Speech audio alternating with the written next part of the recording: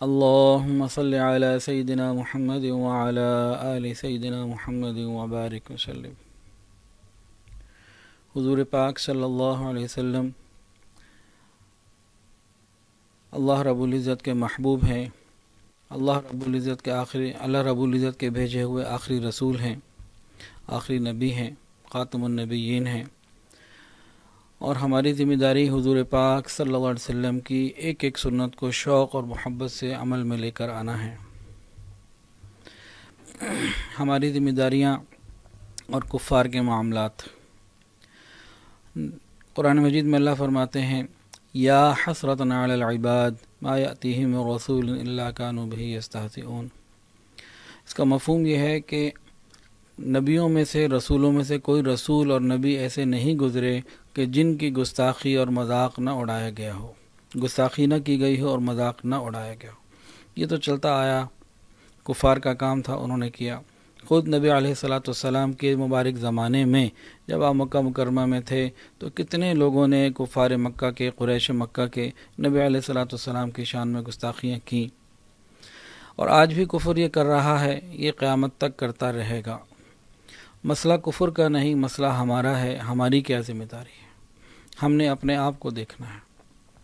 موجودہ حالات میں، آج کل کے زمانے میں ہمارے اوپر کیا کیا ذمہ داریاں عائد ہوتی ہیں۔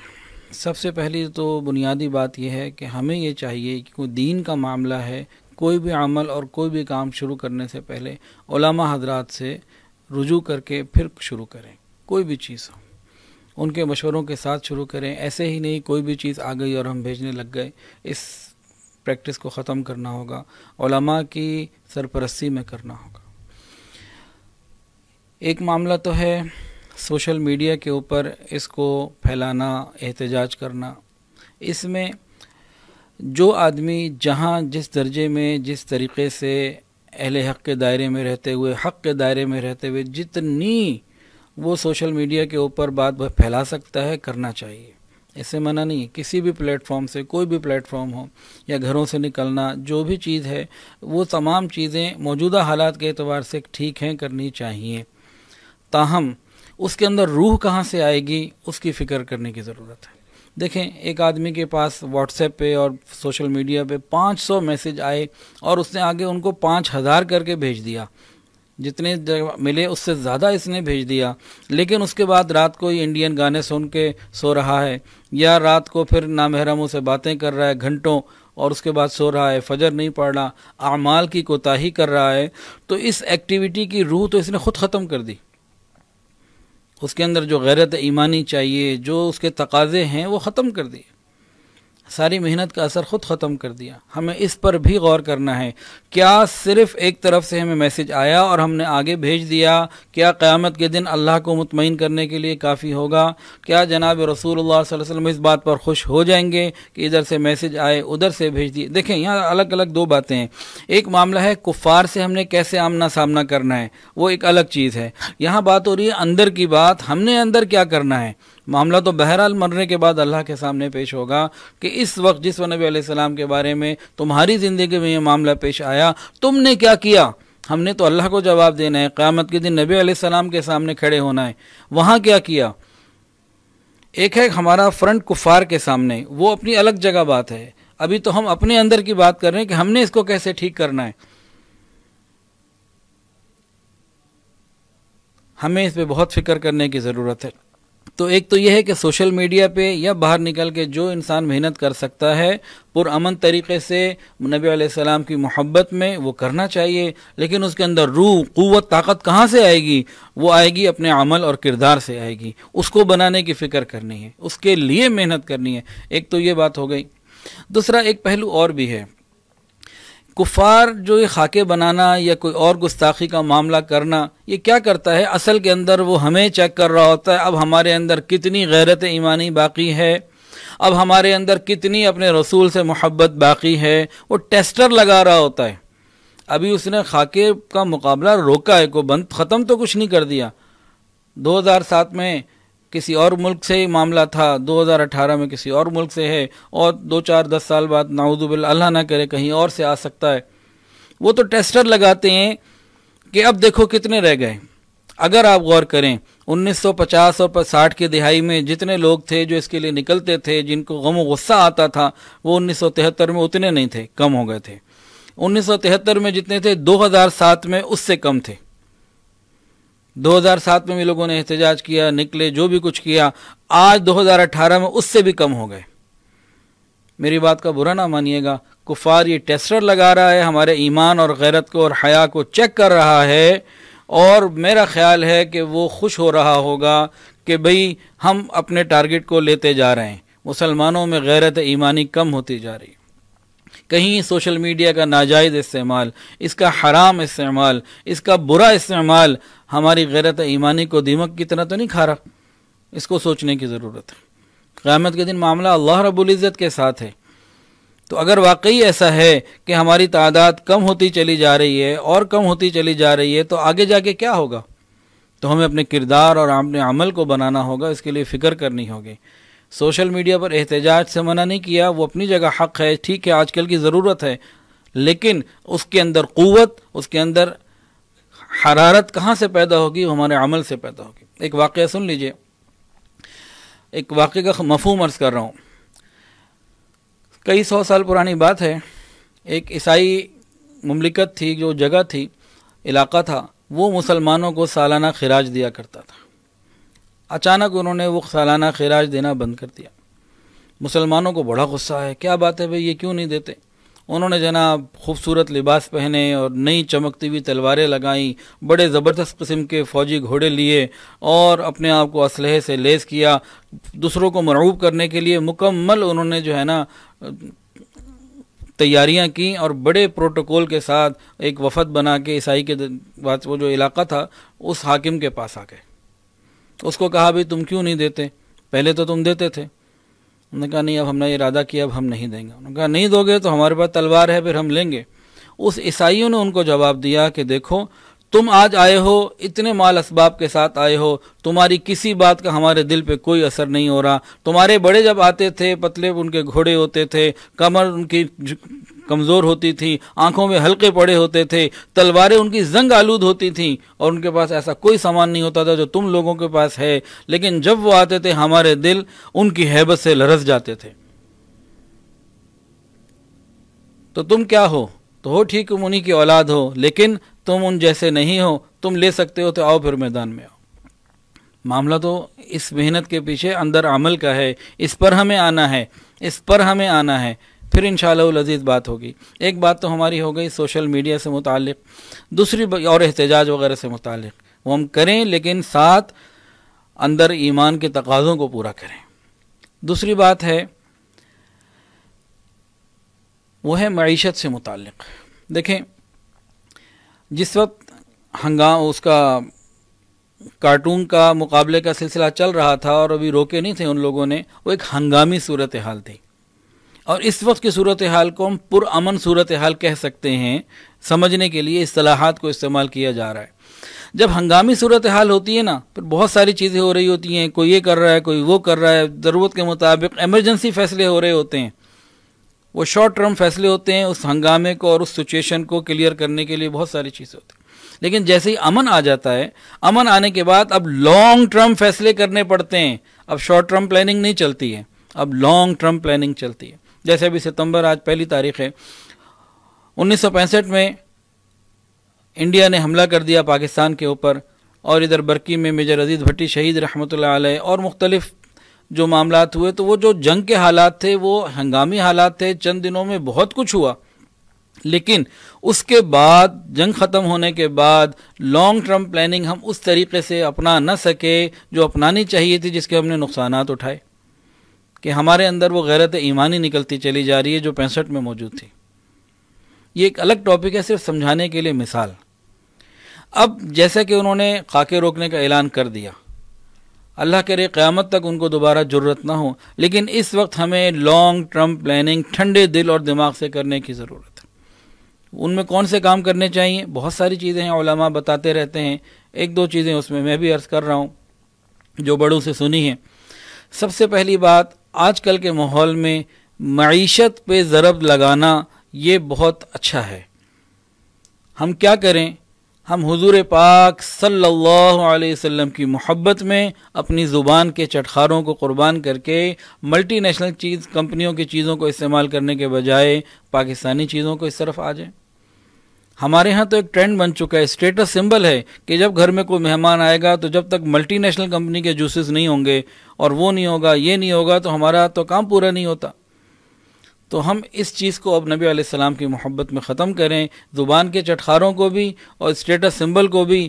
ہم نے تو نبی علیہ السلام کے لیے جان بھی قربان کرنے کے ارادے کیے ہوئے ہیں، تو نبی علیہ السلام کے لیے ہم اپنی رواج اور طریقوں کو بھی قربان کریں اور نبوی طریقوں پر آئیں، پھر انشاءاللہ العزیز آسانی ہوگی۔ پیٹرول ڈلوانا ہے تو معلوم کرے کہ بھئی کہاں سے ڈلوانا ہے، کوئی بھی چیز ہے جو ہمارے اخراجات ہیں، ہم وہ پیسہ وہاں خرچ کریں جہاں سے ملک کو، پاکستان کو فائدہ ہو، اور اگر اس کے بعد ہم فائدہ پہنچائیں تو بھئی ہم کم سے کم یہ دیکھیں کہ کوئی اور مسلم ممالک ایسے ہیں جہاں کی چیزیں ہم استعمال کر سکتے ہیں تو ان کو استعمال کریں۔ اس کے لیے ہمیں فکر کرنی ہوگی۔ آج ہم میں سے شاید ہی کسی کا گھر ایسا ہو کہ ملٹی نیشنل کمپنیز کی چیزیں نہ ہوں، بہت ساری چیزیں ان کی ہیں۔ ایک ایک کر کے آہستہ آہستہ اسٹیپ بائی اسٹیپ شروع کریں، زبان کے چٹخاروں کو چھوڑیں۔ میری بیگم کو کسی کا فون آیا، خاتون کا، واٹس ایپ، کہ جی میں تو شیمپو اس کمپنی کا استعمال کرتی ہوں، اب میں کیسے چھوڑ دوں، اور جو پاکستانی ملتا ہے تو وہ تو اتنی معیار کا نہیں ہوتا، اب میں کیا کروں؟ تو بھائی اب ہمیں قربانی دینی پڑے گی۔ ہماری نانیاں دادیاں جو پہلے گزر گئیں ان کے پاس تو شیمپو ہی نہیں تھا، وہی انہوں نے بھی تو زندگی گزاری تھی نا۔ تو آپ کے پاس چلو اگر بڑا اچھا کوالٹی کا نہیں تو ادنا کوالٹی کا استعمال کر لیں۔ نبی علیہ السلام کی محبت میں یہ ہمیں کرنا ہوگا۔ تو اس میں بھی دو رخ ہیں، ایک رخ تو ہے ان لوگوں کا جنہوں نے چیز کو استعمال کر کے خرید کے استعمال کرنا ہے، صارفین انہیں کہا جاتا ہے۔ ایک وہ ہیں جو مینوفیکچرر ہیں، جن کے پاس فیکٹریاں ہیں، کارخانے ہیں، جو چیزیں بنا رہے ہیں، جو پروڈکشن لائن کے لوگ ہیں۔ ان کی ذمہ داری رسول اللہ صلی اللہ علیہ وسلم کی محبت میں یہ بنتی ہے کہ وہ اس وقت اپنے ملک کے لیے سوچیں۔ کارخانے دار اپنے اور اپنے اولاد کے لیے جس طرح سوچتا ہے، اب ملک کے لیے، امت کے لیے بھی اسی طرح سوچیں کہ مجھے کچھ کرنا ہے، اور وہ اچھی کوالٹی کی چیز بنانا شروع کرے، اس معیار کی بھی ہو اور تعداد کی بھی ہو، فکر ہو۔ جب صارفین ہم لوگ خریدنے کے لیے مارکیٹ میں آئیں گے اور پاکستانی چیزوں کو خریدیں گے تو انشاءاللہ یہ بنانے والے بھی آئیں گے۔ تو خریدنے والے اپنی ذمہ داریوں کو پورا کریں، بنانے والے اپنی ذمہ داریوں کو پورا کریں، اس معیار کی اچھی سے اچھی چیز بنانے کی فکر کریں۔ یہ وقت لگے گا، یہ منٹوں میں اور گھنٹوں میں، ہفتوں میں کام نہیں ہونا، برسوں کی محنت ہے۔ برسوں کے بعد ہماری معیشت اس قابل ہو سکے گی۔ اس کے اوپر امت کو آنا ہوگا، پھر انشاءاللہ العزیز بات بنے گی۔ اس کے اوپر ہم پاکستانیوں کو آنا ہوگا، پھر بات بنے گی۔ اس کے لیے یہ لانگ ٹرم پلاننگ ہے، اگر ہم نے اس کو نہ کیا تو ہم نہیں کر پائیں گے۔ حلال حرام کے مسائل، بہت سارے معاملات، جب جسم کے اندر حرام چلا جاتا ہے تو ویسے ہی ایمان کی کیفیت ختم ہو جاتی ہے، کم ہو جاتی ہے، غیرت ایمانی کے اوپر اثر پڑتا ہے۔ ہمیں بہت ساری چیزوں کو دیکھنا ہوگا۔ اس کے علاوہ ایک بہت مشہور جملہ ہے، وہ کیا؟ غلامی رسول میں موت بھی قبول ہے۔ بہت خوبصورت بات ہے۔ کسی کو غلامی رسول میں موت آ جائے، اسے اور کیا چاہیے؟ حضرت جی پیر حافظ ذوالفقار احمد نقشبندی دامت برکاتہ العالیہ فرماتے ہیں، میرے شیخ فرماتے ہیں کہ ہم نے اچھا جینا اس لیے نہیں ہے کہ ہم زندگی اچھی گزاریں، ہم نے اچھا جینا اس لیے ہے کہ موت ہماری اچھی آ جائے۔ اچھی موت کے لیے اچھا جینا ہے۔ ارے غلامی رسول میں کسی کو موت آ جائے اور کیا چاہیے؟ لیکن یہاں بھی ہماری جو ہے نا، وہ حلق سے اوپر کی بات زیادہ ہے، نیچے دل کا معاملہ بڑا کم ہے۔ کہتے ہیں جی غلامی رسول میں موت بھی قبول ہے، بالکل اچھی بات ہے، لیکن کیا غلامی رسول میں پردہ کرنا بھی قبول ہے؟ ہم یہ بات کریں، ہاں غلامی رسول میں نماز باجماعت پڑھنا بھی قبول ہے، غلامی رسول میں زبان کا صحیح استعمال کرنا بھی قبول ہے، غلامی رسول میں دھوکہ چھوڑ دینا بھی قبول ہے، غلامی رسول میں چہرے کو نبی کے مطابق بنا لینا بھی قبول ہے، غلامی رسول میں لباس کو سنت کے مطابق کر لینا بھی قبول ہے، غلامی رسول میں اپنی شادیاں سادگی اور سنت کے مطابق کرنا بھی قبول ہے، غلامی رسول میں لوگوں کو تکلیف کر دینا چھوڑ دینا بھی قبول ہے، غلامی رسول میں پوری زندگی نبی کے طریقے کے مطابق گزار دینا بھی قبول ہے، غلامی رسول میں غیروں کے تہوار کو منانا اور ان سے خوش ہونا یہ چھوڑ دینا بھی قبول ہے۔ آج ہم غلامی رسول میں جان دینے کی بات کرتے ہیں، زندگی دینے کے لیے تیار نہیں ہوتے۔ زندگی دینے کا کیا مطلب؟ اپنے معاشرے کے رسوم و رواج کو چھوڑ کر رسول اللہ صلی اللہ علیہ وسلم کے طریقوں پر آ جائیں، یہ ہے زندگی دینا۔ ہر نبی علیہ السلام کی ادا کو محبت کے ساتھ اپنائیں، یہ ہے زندگی دینا۔ اس کے لیے ہم تیار نہیں۔ 2-3 سال پرانی بات ہے، ایک نوجوان آیا خانقاہ میں، بیت ہوا، کچھ مہینے وہ ذکر اذکار کرتا رہا، پھر طبیعت نیکی کی طرف آئی، پچھلی زندگی کو چھوڑ بیٹھا تھا گناہوں والی۔ پھر ایک دن میرے پاس آیا، کہنے لگا حضرت میری شادی ہونے والی ہے، تو آپ ذرا مجھے بتائیے کہ میں کیا کروں۔ میں نے کہا بھائی سنت کے مطابق شادی کرنے کا اہتمام کرو۔ کہنے لگا جی بالکل میں کروں گا سنت کے مطابق، آپ ذرا مجھے تھوڑی تفصیل بتا دیں سنت کے مطابق سے کیا مراد ہے۔ تو میں نے جو اس کو بات بتائیں، اس کا اب مجھے الفاظ سے وہ یاد نہیں، لیکن یہی کچھ بتایا کہ بھئی اس میں گناہ نہ ہو، اللہ کی نافرمانی نہ ہو، بینڈ باجے نہ ہو، میوزک نہ ہو، مکس گیدرنگ نہ ہو، یہ مائیوں، اپٹن اور مہندی یہ رسمیں نہ ہوں، جہیز مانگنا نہیں ہے تم نے۔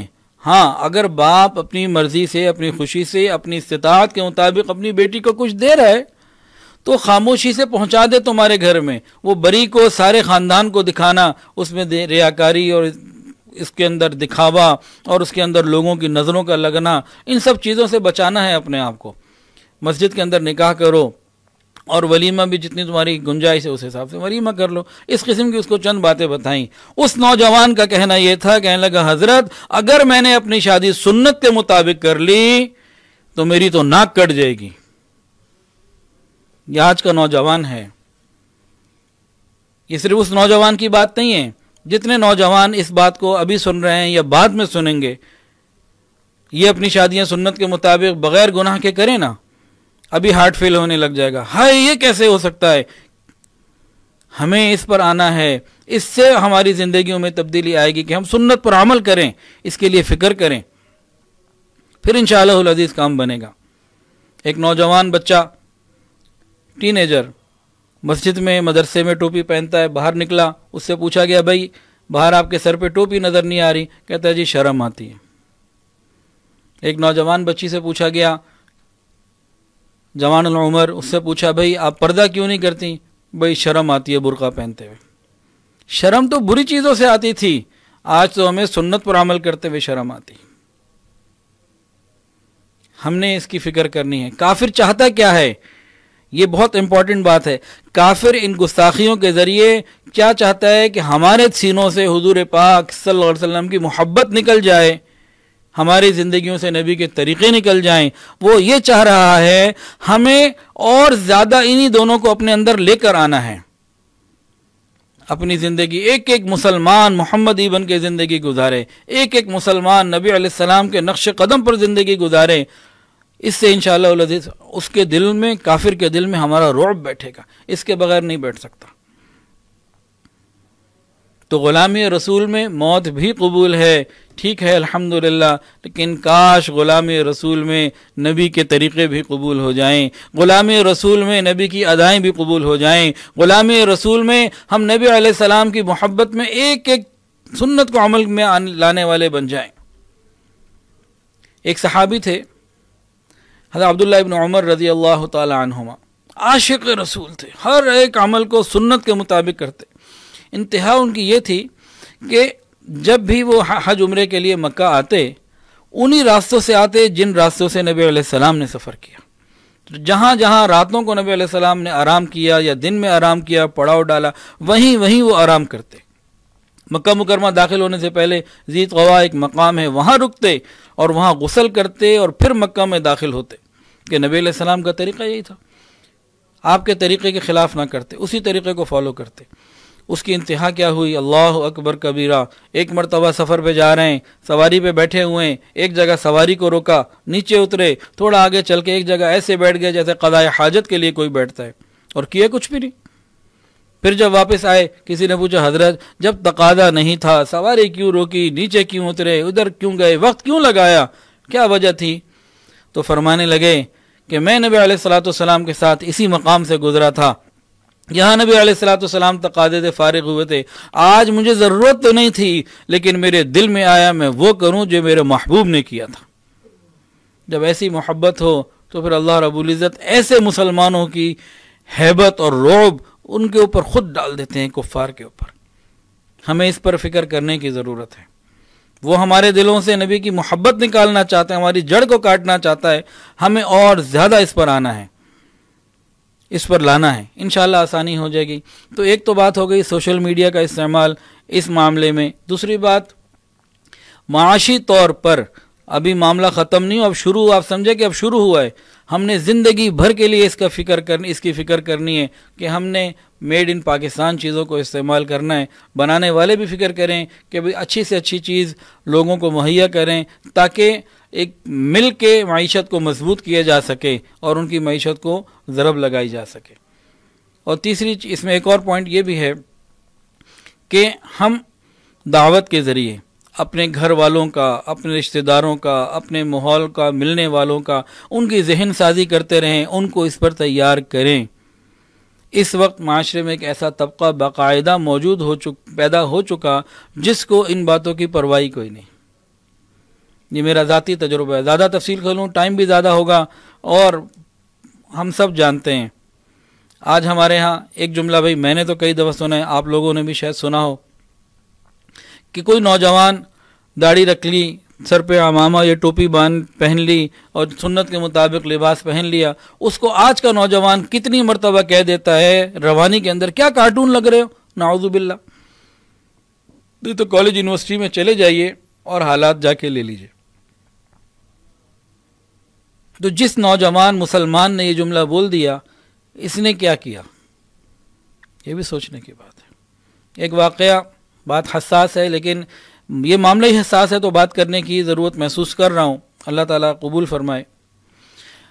جنید جمشید رحمۃ اللہ علیہ ایک مرتبہ دوران بیان کسی معاملے میں ان سے کوئی جملہ جو ہے وہ نکل گیا، بعد میں انہوں نے آن ریکارڈ ویڈیو کے اوپر وضاحت کی کہ وہ قصدن نہیں تھا، جان بوجھ کے نہیں تھا، وہ اچانک غلطی سے کچھ ہو گیا، انداز ہو گیا، اور اس میں انہوں نے بتایا کہ میرے دل میں کسی کے لیے بھی کوئی برائی ایسی بات نہیں تھی، غلطی انسان سے ہو سکتی ہے اور ہو جاتی ہے، اس کو انہوں نے اقرار کر لیا۔ کچھ لوگوں نے اس کو ایشو بنایا اور ان کو برا بھلا کہنا شروع کر دیا۔ یہ وہ دن چل رہے تھے، تو ایک نوجوان کالج کا میرے پاس آیا، کہنے لگا حضرت یہ جو بات انہوں نے کی ہے جنید جمشید نے، یہ تو بہت چھوٹی سی بات ہے، ہم تو یونیورسٹی اور کالج میں اس سے زیادہ باتیں دین کے بارے میں روز کرتے ہیں، یہ مسلمان کیا کر رہا ہے؟ ہمیں اس کو سمجھنے کی ضرورت ہے۔ اس کے لیے مستقل ہمیں اپنے مزاج کو بنانا، اپنے گھر والوں کو، ارد گرد کے ماحول کو بنانا، وہ ہمیں بہت زیادہ اس پہ فوکس کرنا پڑے گا، ذہن سازی کرنی پڑے گی، تاکہ یہ طبقہ جس کو ان باتوں کا وہ سن ہوتا چلا جا رہا ہے، ہر تھوڑے عرصے کے بعد کوئی بات آتی ہے، باقاعدہ میں اپنا تجربہ بتا رہا ہوں، میں نے کئی لوگوں سے جب بات کی تو مجھے انہوں نے منع کیا کہ جی پاگل ہو گئے، چھوڑو، وہ جو کر رہے ہیں کرنے دو، یہ مسلمان کہہ رہے ہیں، میں کس دل سے اس غم کو بیان کروں۔ میں نے اپنی دکان، ہماری دکان ہے، میں نے ایک سیل مین کو بھیجا کہ بھئی ہمارا دکان پہ ایک لڑکا، اس کو بھیجا کہ بھئی فلانی دکان پہ جاؤ اور ان سے پوچھو بھئی اس ملک کی کون کون سی چیزیں ہیں۔ انہوں نے باقاعدہ مذاق اڑایا کہ لو جی پاگل ہو گئے۔ یہ طبقہ پیدا ہو رہا ہے، اس کے لیے ہمیں آج فکر کرنی پڑے گی۔ پھر کوئی گستاخانہ معاملہ شروع ہو گیا، پھر ہنگامی کیفیت آ جائے گی۔ ہنگامی کیفیت میں معاملات اور ہوتے ہیں، ابھی ایک سہولت کی کیفیت اگر ملی ہے تو اس میں ہمیں اپنے عمل کو ٹھیک کرنا ہے، کردار کو ٹھیک کرنا ہے، سنتوں کو لے کر آنا ہے، اور ذہن سازی ساتھ ساتھ کرنی ہے، تبلیغ کے ذریعے، محبت کے ذریعے۔ اس کا طریقہ کیا ہے؟ نبی علیہ السلام کی سنتوں کو بیان کریں، نبی علیہ السلام کی محبتوں کو بیان کریں، نبی علیہ السلام کے کردار کو بیان کریں، نبی علیہ السلام کے اخلاق کو بیان کریں، نبی علیہ السلام کی رحمت للعالمینی کو بیان کریں، نبی علیہ السلام کا لوگوں کے ساتھ محبت کا برتاؤ اس کو بیان کریں،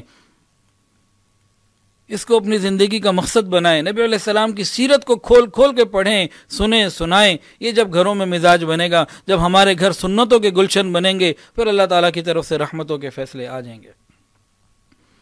تو خاکوں کا اعلان یا مقابلہ کینسل ہونے کے بعد مجھے کل ایک میسج آیا کسی کا، معلمہ ہے، ایک مدرسے میں پڑھاتی ہیں، کہ جی حضرت مبارک ہو، وہ جو ہے نا اعلان انہوں نے کر دیا، مقابلے نہیں ہوں گے۔ مبارک بات کس بات کی؟ ابھی تو اور زیادہ محنت کرنے کی ضرورت ہے، مطمئن ہونے کی کوئی ضرورت نہیں ہے۔ 2-4 سال بعد یا 2 دن بعد پھر وہ آ جائے، تو اس مبارکباد کا کیا لینا دینا؟ ابھی تو بہت زیادہ سنجیدگی کے ساتھ اور زیادہ دین پر لگنے کی ضرورت ہے۔ اللہ تعالی ہمیں ان باتوں کی صحیح سمجھ عطا فرمائے۔ چند باتیں ہو گئیں، چند باتیں اور بھی اس میں ہو سکتی ہیں، تو ہم بات خلاصہ یہ ہے کہ قیامت کے دن اللہ کے سامنے پیش ہونا ہے، رسول اللہ صلی اللہ علیہ وسلم کے سامنے پیش ہونا ہے، تو ہم اس کی تیاری کریں۔ ہمارا سوشل میڈیا کا استعمال، ہمارا احتجاج، ہمارا معاشی بائیکاٹ یا ہماری دعوت و تبلیغ اس معاملے میں، یا ہمارا کوئی بھی عمل اس معاملے میں، اس کو اس کسوٹی کے اوپر تولے، قیامت کے دن بھی اللہ کے سامنے پیش ہوگا تو میرا کیا حال ہوگا؟ قیامت کے دن اللہ کے سامنے کامیاب ہو جائیں۔ آج ایک نوجوان سوال پوچھتا ہے کہ جی حضرت اس سنت کی لاجک کیا ہے؟ اتنا برا یہ سوال ہے، سمجھ میں نہیں آتا کہ اس کی برائی کیسے بیان کریں۔ آج کل کے نوجوان سوال پوچھتے ہیں حضرت اس سنت کی لاجک کیا ہے؟ لاجک بتائیں ہمیں۔ یہاں پہ دو باتیں، ایک بات تو یہ، جن کو تو ہے حضور پاک صلی اللہ علیہ وسلم سے سچی محبت، ان کے لیے یہی لاجک کافی ہے کہ یہ میرے محبوب کا عمل ہے۔ ان کے لیے یہ لاجک بہت کافی ہے کہ میرے محبوب کا عمل ہے۔ ہاں جہاں محبت نہ ہو وہ پھر مانگیں لاجکس، یہ الگ بات ہے کہ دین کے ہر عمل کی لاجک ہے، ہمیں سمجھ میں آئے نہ آئے یہ ضروری نہیں ہے۔ اور دوسری بات، اگر کسی کو امتی ہونے کی حیثیت میں لاجک پوچھنے کا اختیار ہے، کل قیامت کے دن جب شفاعت کے لیے نبی علیہ السلام کے پاس جائیں اور نبی علیہ السلام اس وقت پوچھ لیں بتا تو صحیح تو شفاعت مانگنے آیا، تیرے پاس لاجک کیا ہے شفاعت کو مانگنے کی؟ تو نے زندگی میں میرے لیے، میرے دین کے لیے کیا کیا تھا؟ تو نبی علیہ السلام کی محبت میں ہم اپنی زبان کے چٹخاروں کو چھوڑ کر اور ذہن کو تبدیل کرنے کی ضرورت ہے کہ جی ملٹی نیشنل کمپنی کی چیز ہی مہمان کے سامنے رکھیں گے تبھی ہمیں عزت ملے گی۔ ان چیزوں کو بہت سوچنے کی چھوڑ دینے کی ضرورت ہے۔ عزت تو حدیث کا مفہوم ہے، نبی علیہ السلام نے فرمایا اللہ نے عزت اور وقار بنائی ہی اس کے لیے ہے جو نبی کی بات کو سنے اور مانے، ذلت اور چھوٹا پن بنایا ہی اس کے لیے ہے جو نبی کی بات کو نہ مانے۔ تو عزتیں تو اللہ نے نبی علیہ السلام کے ساتھ جوڑ دی ہیں، تو ہم نبی کے طریقے پر آئیں گے انشاءاللہ عزتیں ہی عزتیں اللہ تعالیٰ عطا فرمائیں گے۔ اللہ تعالیٰ ہمیں آخری سانس تک ہوشیار رہ کر اور سمجھداری کے ساتھ زندگی گزارنے کی توفیق عطا فرمائے۔ وآخر دعوانا ان الحمدللہ رب العالمین۔